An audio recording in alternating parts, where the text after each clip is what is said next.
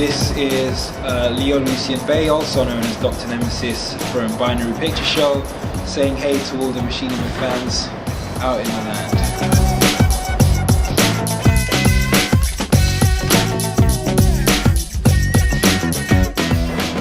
Binary Picture Show is a Machinima team that's existed for quite a number of years now. We're not kind of typecast, I guess, to a particular type of film. Some people may think we are, but no.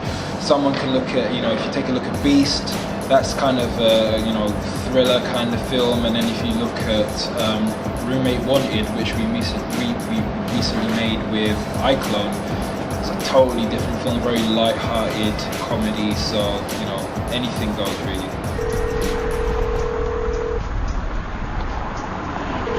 Hi, Mr. Bilko, it's Andrew. Who?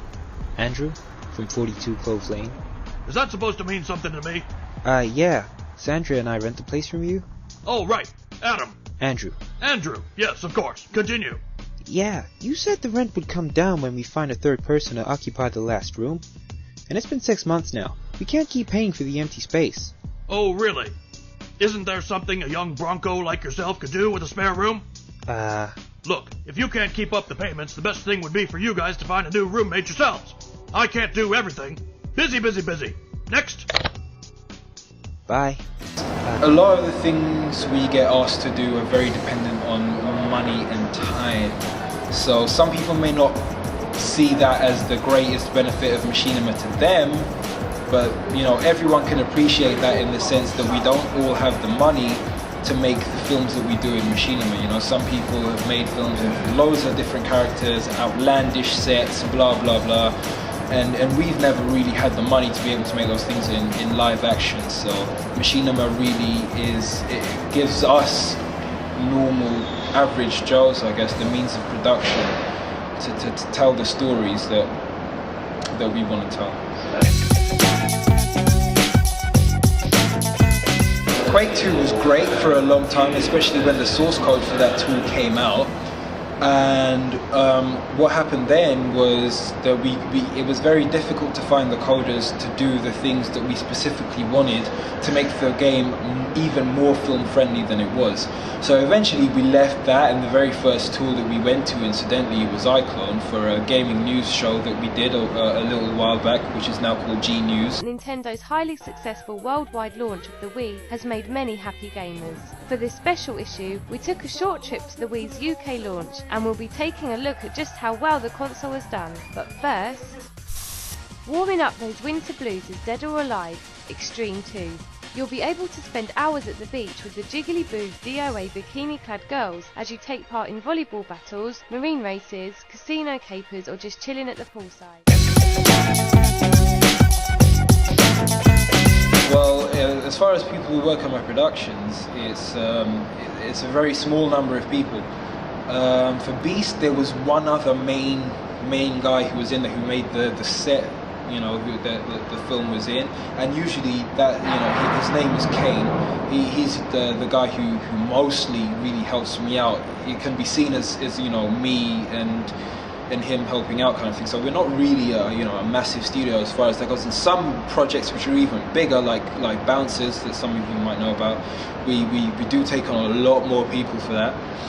But the greatest combination, our best combination of tools is, as has recently been seen, Motion Builder and CrazyTalk, because of the freedom that Motion Builder gives, but at the same time CrazyTalk really gives a great performance in terms of facial animation, which right now can't be seen in any other tool, in terms of speed and price.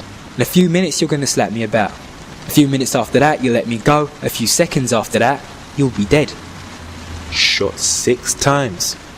Remind me later, I'll give you a medal. Nothing makes you sound more brave than getting shot. Almost makes you sound noble. Like it happened for a good cause in some far-off war. There's the obvious marriage between iClone and CrazyTalk, which works great because the animation is genuinely then in the facial mesh of the characters we use. So, especially with iClone 3 coming out, we're going to be doing a little bit more work with iClone, I think.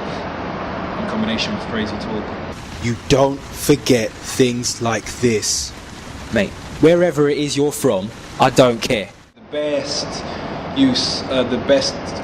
features in CrazyTalk 5 are the live puppeteering features that you get. Now, what we can do is start a kind of base animation for the face, and then we can come back to it and start adding layers in real time. So what's a dead man to do? All that mattered was this moment. A whole year spent lowering myself to try and understand your type, so I could do what was obvious the police could not.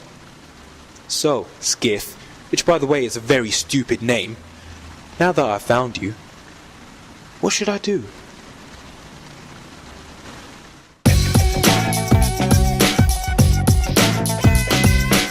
In our next big projects, where we're using CrazyTalk 5 in particular as a big piece, we're going to be able to have much more dynamic and hopefully more realistic facial expressions because of the live puppeteering tools that are available to us in version 5. Our next portfolio piece is going to be a sci-fi film which is going to make very heavy use of some of the features in CrazyTalk 5.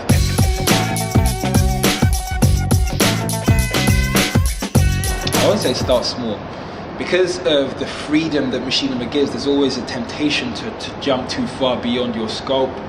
You know, you often see films where people, because we have free roaming cameras, you get crazy cameras up in the sky, rolling past, the characters, and not a lot of static cameras. You got to learn a bit of a discipline. There are a lot of resources available for the entry-level iClone user. A lot of those are on YouTube, actually made by Reallusion themselves. But there are communities as well that definitely help. Watch as many films as you can made in iClone, so that you can get a good grasp of what is possible. And then from that, that plus tutorials, you should be able to get a pretty good image of the kind of things you can make yourself.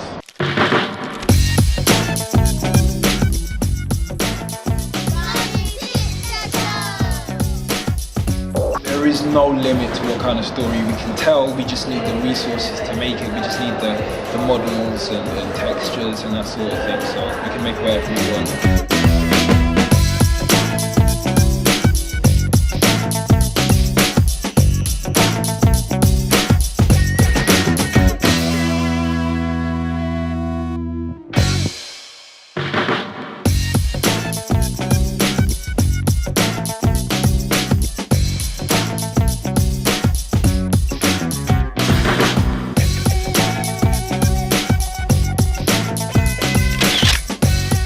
Done.